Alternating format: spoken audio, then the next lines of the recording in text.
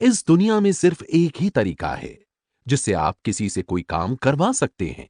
क्या आपने कभी यह सोचा है? हाँ, सिर्फ एक तरीका। और वो तरीका है उस व्यक्ति में वो काम करने की इच्छा पैदा करना।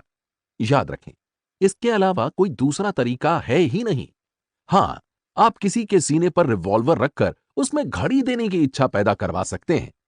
आप अपने कर्मचारियों को नौकरी से निकालने की धमकी देकर उन्हें सहयोग देने के लिए विवश कर सकते हैं, तभी तक जब तक कि आप उनके सामने हैं।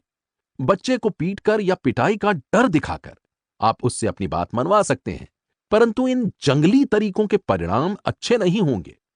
केवल एक ही तरीके से मैं आपसे कोई चीज हासिल कर सकता हूं, और वो तरीका है आपको वो देना जो आप चाहते हैं। आप क्या चाहते हैं?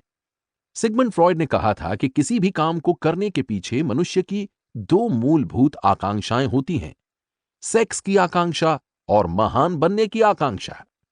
अमेरिका के महान दार्शनिक जॉन ड्यूई ने इसी बात को जरा अलग ढंग से कहा था। डॉक्टर ड्यूई ने कहा था कि मानव प्रकृति में सबसे गहन आकांक्षा महत्वपूर्ण बनने की आकांक्षा होती है।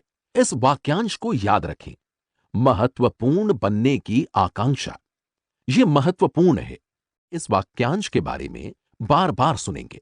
आप क्या चाहते हैं? वैसे तो हम ढेर सारी चीजें चाहते हैं, परंतु बहुत कम चीजों को हम इतनी प्रबलता से चाहते हैं कि उनके बिना हमारा काम नहीं चल सकता। ज्यादातर लोगों में नीचे दी गई चीजों की आकांक्षा होती है। पहला, स्वास्थ्य और जीवन का संरक्षण। दूसरा, भोजन। तीसरा, नींद। चौथा, पैसा और पैसे से खरीदी जाने वाली वस्तुएं। पांचवा, परलोक सुधारना। छठा, सेक्स की संतुष्टि। सातवां, बच्चों का कल्याण। आठवां, महत्व की भावना। और लगभग ये सभी आकांक्षाएं आमतौर पर पूरी हो जाती हैं या संतुष्ट हो जाती हैं, सिवाय एक के। वो आकांक्षा जो उतनी ही गहन और प्रचंड होती है जितनी कि भोजन या नींद की आकांक्षा। और वो आकांक्षा शायद ही कभी संतुष्ट होती है। इस आकांक्षा को फ्रॉयड ने महान बनने की आकांक्षा कहा है, और ड्यूई ने महत्वपूर्ण बनने की आकांक्षा कहा है। लिंकन ने एक बार एक पत्र की शुरुआत में लिखा था, हर एक को तारीफ अच्छी लगती है। उसने इस आकांक्षा को इच्छा या चाहत या कामना नहीं कहा। उसने कहा, सराहे जाने की लालसा। ये एक ऐसी मानवीय भूख है जो स्थायी है, और वो दुर्लभ व्यक्ति जो लोगों की इस प्रशंसा की भूख को संतुष्ट करता है, लोगों को अपने वश में कर सकता है। लोग उससे इतना प्रेम करेंगे कि दफनाने वाले तक उसकी मौत पर दुखी होंगे। इंसानों और जानवरों में यही फर्क है। इंसानों में महत्वपूर्ण बनने की आकांक्षा होती है। अगर हमारे पूर्वजों में महत्वपूर्ण होने की आकांक्षा इतनी प्रबल न होती तो सभ्यता का विकास असंभव था। इसके बिना हम आज भी जानवरों की तरह ही रह रहे होते। महत्वपूर्ण बनने की इसी आकांक्षा के कारण एक अशिक्षित और गरीब ग्रोसरी क्लर्क कानून की किताबें पढ़ने के लिए प्रेरित हुआ जो उसने रद्दी वाले से 50 सेंट में खरीदी थी।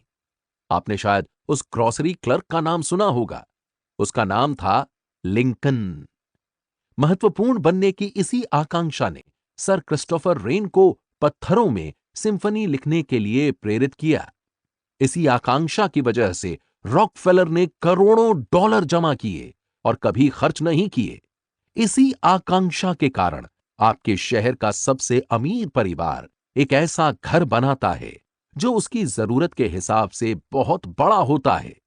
यही आकांक्षा आपसे लेटेस्ट फैशन के कपड़े पहनवाती है, लेटेस्ट कार खरीदवाती है और अपने होशियार बच्चों के बारे में बातें करवाती है। यही आकांक्षा कई लड़के लड़कियों को गैंग में शामिल करवाकर उनसे अपराध करवाती है। न्यूयॉर्क के भूतपूर्व पुलिस कमिश्नर E.P. मलरूनी के अनुसार औसत युवा अपराधी में इतना ईगो होता है कि गिरफ्तार होने के बाद उसकी सबसे पहली मांग उन अखबारों को पढ़ने की होती है जिन्होंने उसे हीरो बना दिया।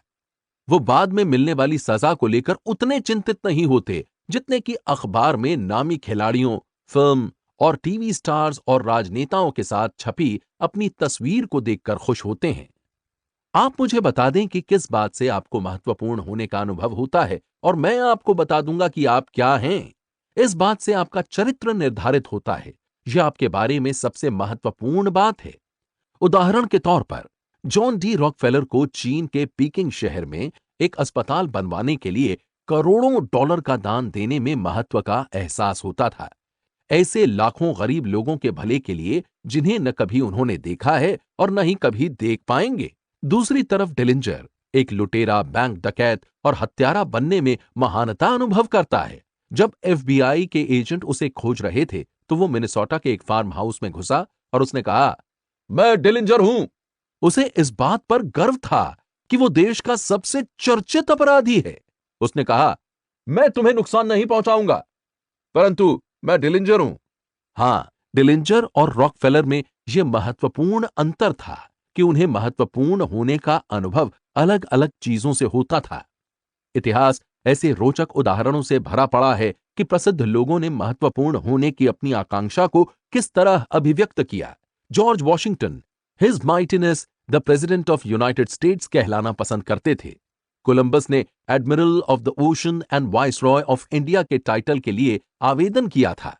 कैथरीन महान ऐसे पत्रों को नहीं पढ़ती थीं जिन पर हर इंपीरियल मेजेस्टी नहीं लिखा होता था, और मिसेस लिंकन व्हाइट हाउस में मिसेस ग्रांट पर शेरनी की तरह झपटते हुए चिल्लाई थीं, तुमने बिना मेरी इजाजत के मेरे सामने बैठने की जुर्रत कैसे की? हमारे देश के करोड़पतियों ने एडमिरल बर्ड के अंटार्कटिका अभियान के लिए 1928 में इस शर्त पर धन दिया कि बर्फीले पर्वतों की श्रेणियों का नाम उनके नाम पर रखा जाए। प्रसिद्ध लेखक विक्टर ह्यूगो चाहते थे कि पेरिस शहर का नाम उनके नाम पर रखा जाए। महान शेक्सपियर भी अपने परिवार के लिए कोट ऑफ आर्म्स हासिल करके अपने नाम को अधिक महत्वपूर्ण बनाना चाहते थे। सहानुभूति और ध्यान आकर्षित करने के लिए तथा महत्वपूर्ण होने का अनुभव करने के लिए लोग बीमार होने का बहाना करते हैं।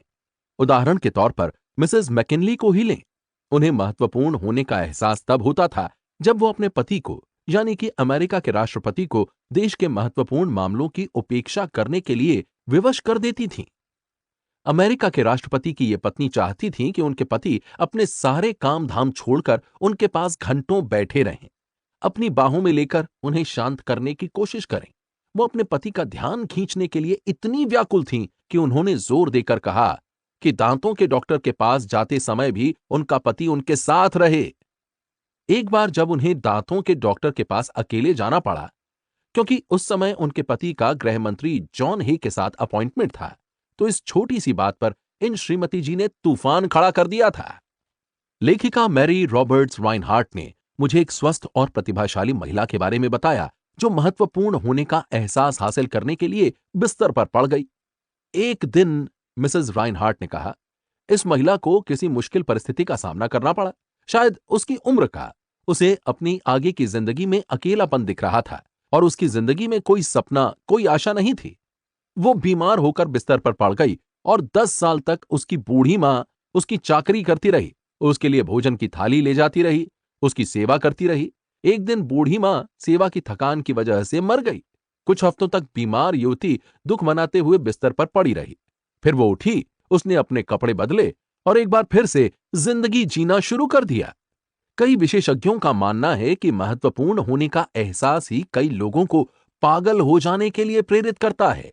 जो लोग पागल हो जाते हैं वो पागलपन के स्वप्न लोक में अपने आप को महत्वपूर्ण बना लेते हैं। वो खुद को वो महत्व दे देते हैं जो उन्हें असली दुनिया में नहीं मिल पाता।